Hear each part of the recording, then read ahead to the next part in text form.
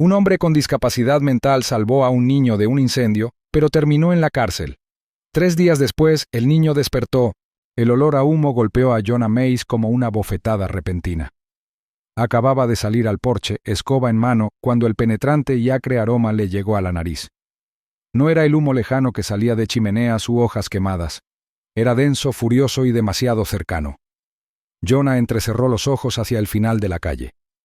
Un destello de luz naranja bailoteó en el lateral de la residencia Gordon. Y entonces un grito rasgó el aire del crepúsculo. Provenía de un hombre, el señor Gordon, que gritaba algo que Jonah no pudo comprender del todo. Las luces de las casas vecinas parpadearon, las puertas se abrieron de golpe y la calle empezó a vibrar con un pánico creciente. Jonah dejó caer la escoba. ¡Fuego!, logró alguien. ¡La casa de los Gordon está en llamas! Las palabras le revolvieron el estómago a Jonás.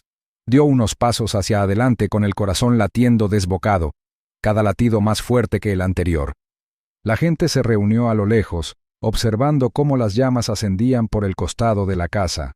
Humo negro salía de una ventana rota, y la puerta principal se abrió de golpe mientras el señor Gordon salía a trompicones, tosiendo y arrastrando a su hijo adolescente, Mark, tras él. «¡Mi hijo! ¡Mason, sigue dentro!» «¡Srenia!», gritó el señor Gordon con voz ronca, con la cara manchada de hollín. Nadie se movió. Los bomberos aún no habían llegado. El aire estaba cargado de calor y el fuego crepitaba con más fuerza, consumiendo la sala de la casa como papel seco. Jonah abrió mucho los ojos. Mason, el niño. El pequeño que siempre dejaba caer su lonchera en la parada del autobús y se reía a carcajadas. Jonah lo había visto muchas veces. Una vez, Mason le había dado a Jonah una barra de chocolate sin pedirle nada a cambio. Jonah no pensó. Corrió. «Oye, para, ¿qué haces?» «Srenia», gritó alguien. Pero la voz era lejana, como si viniera a través del agua.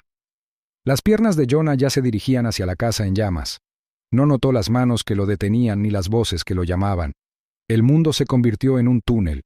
Llamas a ambos lados, humo arriba, y Mason en algún lugar dentro. Llegó a los escalones de la entrada. Dudó solo un segundo mientras oleadas de calor le golpeaban la cara y luego empujó la puerta. Esta crujió contra su palma, ya deformada por la intensidad del fuego. El interior de la casa era un caos. Muebles volcados, cortinas en llamas y el techo crujiendo peligrosamente. Jonah se encorvó, cubriéndose la boca con la manga, y dio un paso cauteloso hacia adelante. «¡Mason!», gritó con voz apagada y entrecortada. «¡Mason!». No hubo respuesta. Siguió adelante, a través de un humo denso y asfixiante que le hacía lagrimear los ojos y le quemaba la garganta. No tenía entrenamiento ni plan, solo instinto. El pasillo se estrechó. El papel pintado burbujeaba y se desprendía mientras el fuego se abría paso por las paredes. El pie de Jonah golpeó algo, un camión de juguete, y se detuvo, tosiendo, antes de volver a gritar. Y entonces lo oyó. Un grito débil y sibilante. Venía de la trastienda. Jonah se giró bruscamente, casi resbalando en una zona húmeda donde se había reventado una tubería. Empujó la puerta entreabierta de una habitación, escudriñando con desesperación. A través de la neblina vio movimiento, pequeño y acurrucado debajo de la cama. «Mason», susurró, arrastrándose hacia adelante. El niño tosía, con las mejillas manchadas de lágrimas y hollín. Parecía aturdido, apenas podía levantar la cabeza. «Te tengo», dijo Jonah, metiendo la mano debajo y sacándolo. Mason era ligero en sus brazos, pero flácido. Jonah lo abrazó con fuerza contra su pecho, girándose hacia el pasillo, solo para detenerse en seco. La salida había desaparecido. Las llamas habían saltado por el techo, cortando el camino por el que habían venido. El corazón de Jonah latía con fuerza. El pánico finalmente lo invadió. Miró a su alrededor. La única ventana de la habitación estaba al fondo. Pequeña, pero quizás lo suficientemente grande. Agarrando a Mason con fuerza, Jonah se movió rápido. El humo se espesaba a cada paso. Sus pulmones clamaban por aire limpio. En la ventana se preparó y golpeó el cristal con el codo. Se quebró, pero no se rompió. Lo golpeó de nuevo. Y otra vez. Finalmente se hizo añicos en una lluvia de fragmentos afilados. Jonah le dio la espalda al marco. Protegió a Mason con su cuerpo y se subió al alféizar. El aire fresco de la noche le golpeó la cara como una salvación. Abajo había un trozo de hierba seca y cemento. No fue un aterrizaje suave, pero mejor que quemarse. Saltó. Aterrizaron con un golpe sordo. Jonah gruñó al sentir un dolor intenso en el costado, pero se aferró a Mason sin dejar que la cabeza del chico tocara el suelo. El mundo se inclinó por un segundo. Entonces, los intensos haces de luz de las linternas los inundaron. «¡Agarra al chico!», logró alguien. Los paramédicos entraron rápidamente, despegando a Mason de los brazos de Jonah, tomándole el pulso y colocándolo en una camilla. Jonah se desplomó sobre la hierba, exhausto, con la piel ampollada y sangrando por los cortes. Parpadeó hacia el cielo oscuro, mientras el humo ascendía en espirales perezosas. Y entonces, unas manos ásperas lo agarraron por los hombros. «¡Levántate!». «¿Qué?». Jonah parpadeó, confundido, mientras un policía lo ponía de pie. «Alguien dijo que entraste a la fuerza. Te vieron cerca de la casa hoy temprano». Yo lo salvé», murmuró Jonah, señalando débilmente a Mason. «Fuego. Estaba en el incendio. Tienes que venir con nosotros». Jonah tenía los brazos retorcidos a la espalda, con las esposas de acero ajustándose a sus muñecas. La gente observaba. Algunos susurraban. Otros miraban fijamente. El señor Gordon permaneció en silencio junto a la ambulancia, con los ojos muy abiertos, sin saber qué creer. Jonah fue conducido a la parte trasera del coche patrulla.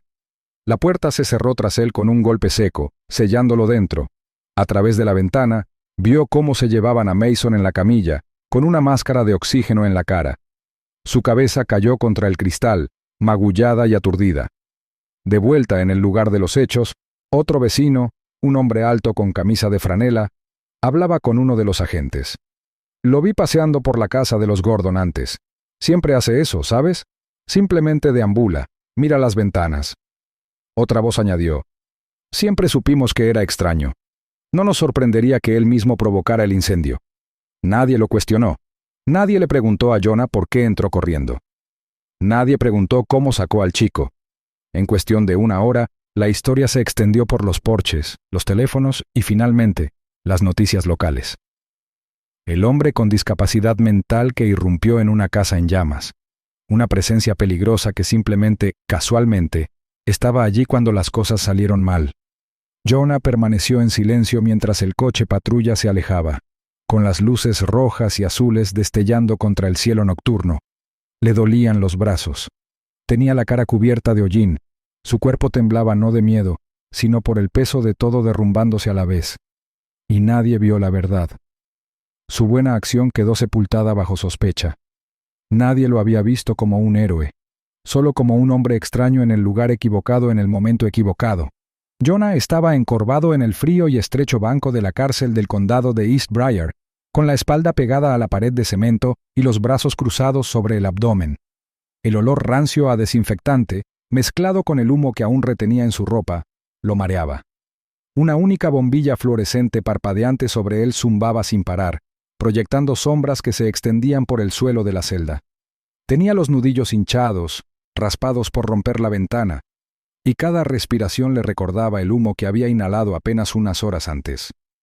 Las barras de metal proyectaban líneas verticales sobre su rostro manchado de hollín, dándole un aspecto más de criminal que de alguien que había salvado a un niño. Los guardias no le dirigían la palabra, apenas lo miraban, excepto durante los recuentos programados. Cuando lo hacían con una especie de juicio vacío, como si ya hubieran decidido quién era. El intruso, lo llamaban, no Jonah. No era el hombre que rescató a un niño de 8 años del fuego, solo el intruso. Le temblaban las manos en el regazo. No entendía del todo por qué estaba allí. No dejaba de pensar en el rostro de Mason, cubierto de hollín, con los ojos llenos de terror. Jonah había visto esa mirada antes, años atrás, en el espejo tras la muerte de su madre. Miedo mezclado con confusión. Había prometido mantener a Mason a salvo. Lo había hecho. Pero en lugar de un agradecimiento, le dieron unas esposas. La puerta metálica de la sala de visitas se abrió con un fuerte estruendo. Un hombre con un traje azul arrugado entró, sosteniendo una carpeta de cuero marrón bajo el brazo. Parecía cansado, con el pelo un poco despeinado y una expresión indescifrable. «Señor Mays, soy David Brent», dijo el hombre, ajustándose la corbata mientras se sentaba frente a Jonah. Me han asignado a su caso. Soy un juez. Estoy aquí para ayudar. Jonah levantó la vista lentamente, separó los labios, pero tardó un momento en pronunciar las palabras. Chico, fuego, yo ayudo. Brent suspiró quedamente, golpeando la mesa con el borde del bolígrafo. Leí el informe inicial. Es una situación complicada. Dice que intentaba ayudar, pero lo vieron entrar en una residencia privada sin permiso. Jonah negó con la cabeza rápidamente, con una expresión de dolor en el rostro. Estaba dentro, un niño pequeño, gritando. Lo oí. Me voy. Brent suavizó el tono. Creo que quiere ayudar, señor Mays. Pero ahora mismo la situación no pinta bien. Hay testigos que dicen que actuó de forma extraña ese mismo día. Uno incluso dijo que estuvo cerca de la casa horas antes del incendio. Jonah parpadeó, confundido. Camino. Siempre camino. La misma calle. Todos los días. Fuera de la cárcel, la narrativa se descontrolaba. Los reporteros locales se habían enganchado a la noticia, ávidos de sensacionalismo. Hombre con problemas mentales irrumpe en casa durante un incendio, decía un titular. Otro llamaba a Jonah una amenaza potencial para la seguridad de la comunidad. Ninguno mencionó el rescate de Mason. Ninguno mostró la sangre en el brazo de Jonah por romper la ventana, ni la forma en que lo protegió con su propio cuerpo. En la oficina del fiscal de distrito Darrell Crane, el ambiente era animado y autocomplaciente. Crane, un hombre de rasgos afilados con la costumbre de morder las tapas de sus bolígrafos, ordenaba sus notas con precisión. Presionaremos por allanamiento ilegal, puesta en peligro y resistencia al arresto. No tiene coartada, ningún testigo de su parte, y el chico sigue inconsciente. Hasta que despierte, si es que despierta, lo presentamos como un hombre inestable que toma una decisión peligrosa, dijo Crane a su equipo. Se recostó en su silla, complacido.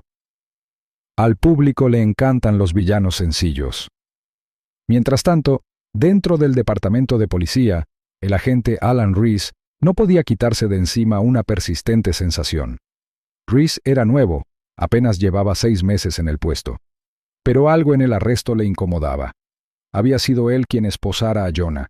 Lo había mirado a los ojos mientras el hombre estaba sentado aturdido en el césped. No había odio allí. No había pánico. Solo confusión y dolor. Reese estaba de pie junto al tablero de pruebas contemplando las fotos fijadas. Una mostraba los restos carbonizados de la sala de estar de los Gordon. Otra era una imagen granulada de Jonás siendo llevado esposado, con el rostro borroso por el humo. No se resistió, murmuró Reese para sí mismo. No luchó, solo repetía que había salvado al niño. Bajó a la sala de registros y sacó el expediente de Jonás. Sin antecedentes penales, sin arrestos previos. Solo un registro de clases de educación especial y un informe del cuidador presentado años atrás, cuando falleció su madre. Reese le llevó el expediente a su supervisor, el sargento Lemke. Señor, creo que nos estamos precipitando. Jonah Mays no tiene antecedentes, y las quemaduras en sus brazos coinciden con la cronología. Lemke arqueó una ceja. ¿Estás cuestionando un proceso legal ahora, Reese? No lo estoy cuestionando. Solo algo no cuadra. Lemke exhaló por la nariz y negó con la cabeza. Deja el panorama general al tribunal. Pero Reese no lo hizo. Solicitó los registros de despacho de la noche del incendio. Anotó la hora de la llamada de emergencia, la hora en que llegó la primera unidad y el minuto exacto en que encontraron a Jonah afuera con Mason. Luego solicitó las imágenes de la cámara corporal. Cuando llegaron, las vio solo, hasta bien entrada la noche. Jonah salió de la casa en llamas, abrazando al niño con gesto protector. Las llamas aún se aferraban al marco de la ventana tras él. Los paramédicos gritaron de sorpresa, no de miedo. Jonah no se resistió, no mostró agresividad. Había acostado al niño con cuidado antes de desplomarse. Reese pausó el video. Había algo en ese momento que parecía difícil de olvidar. De vuelta en la cárcel, Brent se levantó para irse. Tenemos una audiencia preliminar en 2 días. Haré todo lo posible por prepararme. Pero hasta que Mason despierte... Jonah lo miró con los ojos muy abiertos. ¿Está bien, el niño? Brent dudó. Está estable. Pero sigue en coma. Los médicos no están seguros de cuándo despertará. Jonah asintió lentamente con el dolor aflorando tras sus ojos. Él me dio dulces. Una vez. No lo olvidé. Brent bajó la mirada incapaz de hablar. Fuera de los barrotes, el mundo seguía en movimiento. Pero dentro de la celda, el tiempo parecía congelado. El hombre que había arriesgado su vida ahora esperaba en silencio, etiquetado y olvidado por un pueblo que jamás lo comprendió. Solo un hombre tenía dudas. El agente Alan Reese, el policía novato que había arrestado a Jonah esa noche. La sala ya estaba abarrotada cuando Jonah fue conducido al interior, con las manos esposadas, sus ojos escudriñando el mar de rostros desconocidos sin comprender su significado. Caminó lentamente, guiado por un agente, hasta la mesa de la defensa, donde el señor Brent, todavía ajustándose la corbata, le dedicó un pequeño asentimiento con los labios apretados. La charla en la sala se apagó en cuanto entró el juez Hollander. Todos los periodistas, todos los espectadores se inclinaron hacia adelante. Jonah aún no lo sabía, pero algo había cambiado en las horas previas al amanecer, algo que pronto cambiaría el curso de todo. Jonah permaneció inmóvil, con los dedos fuertemente apretados sobre el regazo. El leve temblor en sus manos era la única señal de su miedo. Su abogado no le había hablado desde que se conocieron brevemente en la celda, y ahora Brent parecía estar a punto de recuperar la compostura. Al otro lado del pasillo, Darrell Crane se alisó la chaqueta, con una expresión ya de suficiencia y confianza. Revolvió sus papeles, se aclaró la garganta y se lanzó a su discurso con precisión y contundencia. «Damas y caballeros del tribunal», comenzó Crane, caminando lentamente ante el jurado, con voz autoritaria. «Este hombre, Jonah Mays, puede que no entienda lo que ha hecho, pero eso no cambia los hechos. Un individuo con problemas mentales se coló en una propiedad privada, una casa en llamas, un niño dentro. Esto no fue valentía, fue imprudencia, un peligro para sí mismo y para los demás. Y hoy verán por qué la ley debe proteger a los inocentes, incluso de quienes tienen buenas intenciones». Jonah miró fijamente la mesa, con el ceño fruncido por la confusión. No entendía casi nada de lo que decía Crane, pero percibía la frialdad en su voz. Sentía el rechazo flotando en el aire como humo. El señor Brent se levantó a continuación, con pasos más vacilantes, y su mirada se posó en Jonah antes de dirigirse al tribunal. «Mi cliente», comenzó Brent, «nunca ha infringido la ley, no es violento, no es peligroso, es un hombre que actuó en un momento de crisis. Los hechos, como oirán, siguen siendo inciertos, pero lo cierto es esto: sacó a un niño de un edificio en llamas y casi muere en el intento». Crane arqueó una ceja, sonriendo con sorna. El juez Hollander golpeó el estrado con el bolígrafo, un silencioso recordatorio para mantener la concentración. Al comenzar el testimonio, la sala se convirtió en una jaula de opiniones y medias verdades. Los testigos hablaban con tono inseguro. Un hombre juró que Jonah había estado paseando frente a la casa de los Gordon 2 días antes del incendio. Otro dijo que siempre parecía extraño, que a menudo hablaba solo. Nadie testificó haber visto a Jonah entrar en la casa en llamas con la intención de rescatarlo. El peso de la especulación pesaba más que los hechos. Brent hizo lo que pudo, señalando que Jonah no tenía antecedentes penales, que el padre del niño había salido y que la respuesta al fuego se había retrasado. Pero sin el relato de la víctima, su argumento flotaba como el humo. Ahí, pero sin forma. Desde la galería, el oficial Alan Reese estaba sentado rígido, con la espalda recta, la carpeta bajo el brazo como un secreto esperando ser revelado. Tenía la mandíbula apretada. Observaba cómo la sala del tribunal se retorcía en torno a Jonah, el mismo hombre al que había arrestado con vacilación, con un nudo de duda ya formándose esa noche. Aún no había hablado, pero lo haría. El juez Hollander pidió un breve receso. Jonah permaneció inmóvil mientras el bullicio volvía a la sala. Brent se inclinó y susurró: «Intenta no preocuparte. Aún no ha terminado». Pero la preocupación era todo lo que Jonah podía sentir, con el pecho apretado, su mente un torbellino de pensamientos rotos y ecos de fuego. Entonces, sucedió.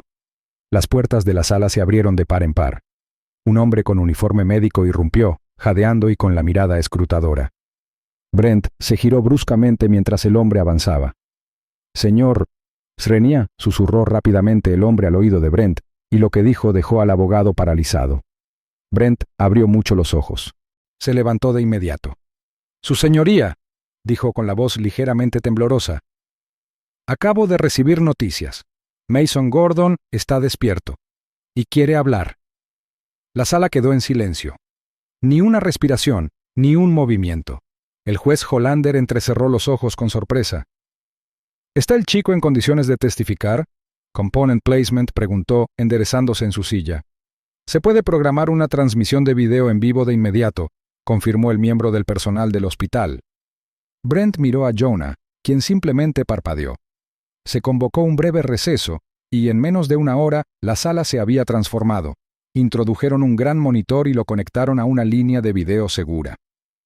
La pantalla se encendió, mostrando a un chico pálido con los brazos vendados, sentado erguido en una cama de hospital. La sala volvió a quedar en silencio. «¿Nos oye, Mason?» «Component Placement», preguntó Brent con suavidad. «Sí». La voz del chico era débil pero clara. Sus ojos recorrieron la pantalla. Cuando se posaron en Jonah, algo se suavizó. Levantó un dedo tembloroso, señalando la pantalla. «Ese hombre me salvó», dijo Mason. «Me sacó. Rompió la ventana para que pudiera respirar». Un murmullo recorrió la multitud. La voz de Brent se mantuvo firme. «¿Estás seguro de que era él?» «Sí». Entró y me dijo que no me asustara. Me dijo, «Aguanta», y luego me sacó. Crane se levantó pero no dijo nada. Por una vez, no tenía palabras preparadas. El juez le hizo un gesto al alguacil y la pantalla se atenuó. Se abrió el segundo receso, y esta vez el agente Reese se movió. Se levantó y se acercó al estrado para pedir permiso. En la mano, la carpeta. «Su señoría», dijo Reese, firme y sereno, «he realizado mi propia revisión. Se encontraron huellas que coincidían con las de los zapatos del señor Mace entrando en la casa antes de que el fuego se propagara por completo. Las lesiones en sus brazos son compatibles con haber transportado a alguien a través de un cristal. Los servicios de emergencia confirmaron su posición al llegar, y tengo un video de la cámara del timbre. Jonah corriendo hacia el fuego, no alejándose. Dejó las pruebas en el estrado. El juez Hollander lo abrió, revisó las fotos, las notas y las imágenes fijas con fecha y hora. Asintió lentamente, con los labios apretados. Una vez que todos volvieron a reunirse, volvió el silencio. El juez Hollander miró al otro lado de la sala. Dado el testimonio de la víctima y las pruebas presentadas, se retiran los cargos contra el señor Jonah Mace. Bajó el mazo. Jonah se estremeció al oírlo. Miró a Brent con ojos inseguros. Brent se inclinó y le puso una mano en el hombro con una sonrisa que, esta vez, denotaba orgullo. «Eres libre, Jonah. Hiciste lo correcto».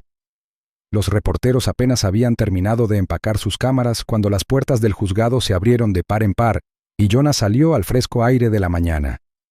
Su respiración se convertía en visibles bocanadas, como si el frío fuera un desagradable recordatorio de todo lo que había vivido. Miró a su alrededor con expresión vacía, mientras rostros curiosos se volvían hacia él, algunos con curiosidad, muchos con cautela. Los susurros comenzaron de nuevo. ¿Es él? No parece peligroso. Dicen que retiraron los cargos. Cambió de postura, agarrándose el cuello de su chaqueta desgastada, ocultando los moretones aún visibles en sus antebrazos. La libertad que sentía en su interior se estrelló contra la sentencia que bordeaba la acera. Mason Gordon corrió hacia él, con la emoción iluminando su pequeño cuerpo. Lo abrazó por la cintura como si Jonah fuera el único lugar seguro que le quedaba en el mundo. Ese simple gesto rompió algo en lo más profundo de Jonah, y por primera vez en años, lágrimas corrieron por sus mejillas, calientes, humanas y purificadoras. Jonah miró fijamente a Mason con la voz entrecortada. «Mason, ¿estás bien?» Mason asintió, apartándose para mirarlo a los ojos. «Estoy bien, gracias a ti». Detrás de ellos, el señor. Gordon, tímido y silencioso, dio un paso adelante. Su rostro, surcado por el arrepentimiento, brillaba a la luz de la mañana. Extendió una mano. Lo siento por haber creído esas mentiras. Te debo la vida de mi hijo». Jonah tragó saliva, mirando la mano del hombre como si dudara de su existencia. Extendió la mano y la agarró. Fuerza, conexión, la promesa de algo mejor. La multitud se redujo. Algunos pasaron apresurados, avergonzados, Otros se quedaron mirando. Algunos incluso ofrecieron disculpas en voz baja. Jonah no respondió. Simplemente se aferró a los brazos de la familia Gordon, asimilando la verdad. Pero no regresó a casa, al viejo y ruinoso edificio de la calle Ashwood. Al regresar, encontró ventanas rotas, álbumes de fotos empapados por la lluvia, recuerdos de su madre volcados en el barro, su santuario, desaparecido. Eso llegó más tarde, cuando su mundo finalmente se sintió lo suficientemente seguro como para derrumbarse a su alrededor. En cambio, la familia Gordon lo invitó a pasar. Esa noche, Jonah se sentó a su modesta mesa del comedor, un lugar cálido y conversador. Mason sacó una hoja de tarea y preguntó: «Señor Mays, ¿me ayuda con este problema de matemáticas?» Jonah se inclinó hacia adelante, con voz suave y cuidadosa, guiando a Mason con los números. El señor Gordon observaba desde la puerta de la cocina, ayudando con la cena mientras observaba las manos de Jonah, manos desgastadas y con cicatrices, pero firmes. Después de cenar, el señor Gordon habló en voz baja con la mirada fija en Jonah. «Jonah, te lo digo en serio, gracias. Siempre eres bienvenido aquí». Jonah asintió con las mejillas calientes y murmuró: «Gracias». Durante la semana siguiente, un cambio se extendió por Elmsworth. Las noticias locales corrigieron sus titulares. Héroe local encarcelado injustamente. Niño atribuye la vida a un vecino misterioso, pero los medios no borran las acciones, solo las palabras. El verdadero cambio se produjo lentamente. Jonah solicitó ayuda con la ayuda del agente Alan Reese, quien hizo una visita sorpresa. Reese sostenía una carpeta y tenía una expresión suave. «Jonah, hablé con algunas personas. Yo quiero ayudar». Jonah parpadeó, miró a Mason y luego a Reese. «¿Ayuda?» Reese asintió, entregándole unos papeles. «Servicios comunitarios, terapia. Tenemos al gremio de manitas buscando ayuda. Aprecian el trabajo honesto». El tono de Reese era sincero, firme en su promesa. «Te mereces un nuevo comienzo. Un nuevo comienzo». Las palabras le resultaron extrañas a Jonah, pero bien. Una mañana, Jonah estaba frente a un pequeño y ordenado apartamento. Su nombre estaba en el contrato de arrendamiento con tinta descolorida. Una sola lámpara en el interior sugería que alguien se preocupaba por él. Dio un paso adelante, llave en mano, con el corazón latiendo como nunca antes. Metió la llave, la giró y empujó la puerta. El espacio era modesto, paredes limpias, una pequeña cocina, una sola habitación. Vacío, pero lleno de potencial. Jonah cerró la puerta, se detuvo y respiró hondo. Un aire cálido lo envolvió. Poco después, Mason pasó. Traía una manzana y una carpeta de tareas, y la charla llenó el pasillo. «Terminé las hojas de matemáticas. Swing, ¿quieres algo para picar?» Jonah sonrió, con las mejillas tensas por la emoción. «Sí, por favor». Se sentaron juntos en el suelo de la sala de Jonah, con libros y bocadillos esparcidos por todas partes. La risa de Mason resonó, y Jonah respondió, sintiendo una oleada de calor en el pecho. En las afueras del apartamento, un profesor local, el señor Hale, invitó a Jonah a hablar en la asamblea escolar. La voz de Jonah temblaba ligeramente mientras permanecía de pie ante las filas de alumnos de séptimo y octavo grado. Con cada palabra, vi a alguien en peligro, intenté ayudar. La sala se llenaba de gente. Su discurso fue breve, pero en ese momento ya no era un paria sin rostro. Era alguien con valentía, alguien a quien valía la pena escuchar. Pero el momento más sorprendente llegó en una tarde tranquila. Mason llamó a la puerta y entró. Tenía una pequeña tarjeta, un corazón rojo dibujado en el frente, con letras desiguales en el interior que decían: «Me salvaste, así que te protegeré». Jonah contuvo la respiración al abrirla. Allí, pegada con cinta adhesiva, había una llave plateada. Mason levantó la vista, con un brillo inocente. «Papá dice que es la llave de repuesto de nuestra casa. Ahora eres parte de nuestra familia». Jonah miró la llave, mientras las lágrimas resbalaban silenciosamente por sus mejillas. El chico le había dado más que palabras de agradecimiento. Le había dado un lugar en el mundo. Jonah guardó la llave en su bolsillo y susurró: «Exactamente. Gracias, amigo mío». «Amigo».